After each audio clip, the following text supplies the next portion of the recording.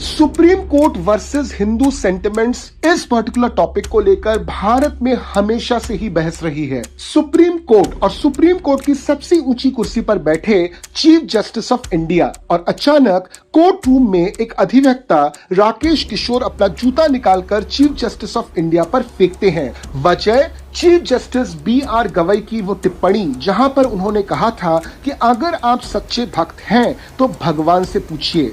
अब सवाल उठता है कि क्या भारत की सर्वोच्च अदालत सच में हिंदू भावनाओं को लगातार कुचल रही है या फिर ये सिर्फ एक भटका हुआ गुस्सा था।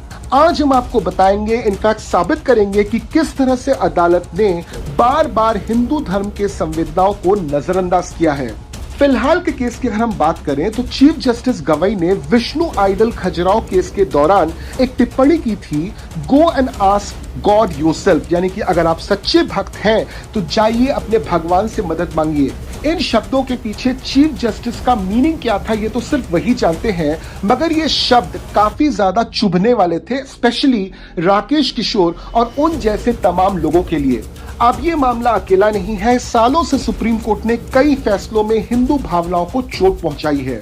इसेंशियल प्रैक्टिसेस डॉक्ट्रिन की शुरुआत हुई थी 1950s में, जहां सुप्रीम कोर्ट ने तय करना शुरू कर दिया कि किसी धर्म में कौन सी प्रैक्टिस इसेंशियल है, यानी कोर्ट तय करेगा कि पूजा, जाति, मंदिर से जुड़ी कौन सी बातें आपकी आस्था की जड़ हैं। इस पर कई कानून विशेषज्ञों ने जैसे फैजान मुस्तफा ने भी सवाल उठाया कि क्या कोर्ट को ये अधिकार होना चाहिए। सुप्रीम कोर्ट के कुछ फैसले देख लीजिए। 2018 में सबरीमला केस, सदियों से इस मंदिर में महिलाओं की एंट्री पर रोक थी। सुप्रीम कोर्ट ने 2018 में महिलाओं की एंट्री अलाउ कर दी। 2019 के अयोध्या केस में सुप्रीम कोर्ट ने राम मंदिर को जमीन तो दी, मगर साथ में 1949 से लेकर 1992 तक जितनी भी कार्रवाइयां हुई उनकी घोर आलोचना की।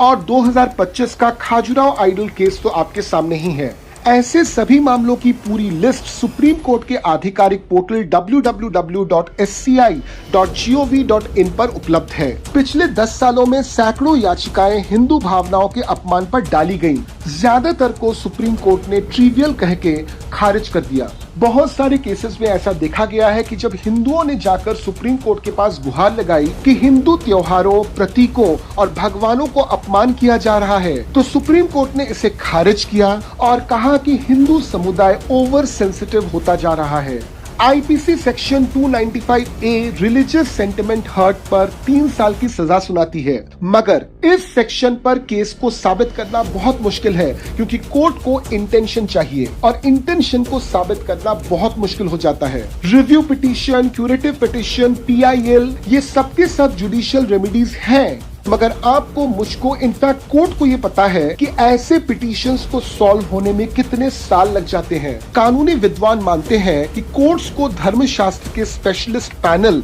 या कम्युनिटी बेस्ड कंसल्टेटिव्स को सुनना चाहिए, और अगर ऐसा हुआ तो तभी इस तरह के सेंसिटिव टिप्पणियां और धार्मिक टकराव कम हो सकते हैं। डेमोक्रेसी के पिलर्स में जुडिशरी एक बहुत ही इंपॉर्टेंट पिलर है, मगर आज की तारीख में अगर सुप्रीम कोर्ट ये सोचता है कि कोर्ट रूम में जो भी कुछ होता है वो पूरी तरह से इंक्लूसिव है, तो फिर उनको जगने की जरूरत है, क्योंकि आज मीडिया के जरिए बात हर जगह पहुंचती है और जब इस तरह की टिप्पणियां बाहर आती हैं, इस तरह की घटनाएं घटती हैं, तो इससे रिलीजियस सेंटिमेंट्स काफी ज्यादा हर्ट होते हैं। इस पूरे विषय में आपकी क्या सोच है, हमको कमेंट में जरूर बताइए। मैं आपको वापस मिलूंगा एक दूसरे टॉपिक के साथ अगले वीडियो में। जय हिंद।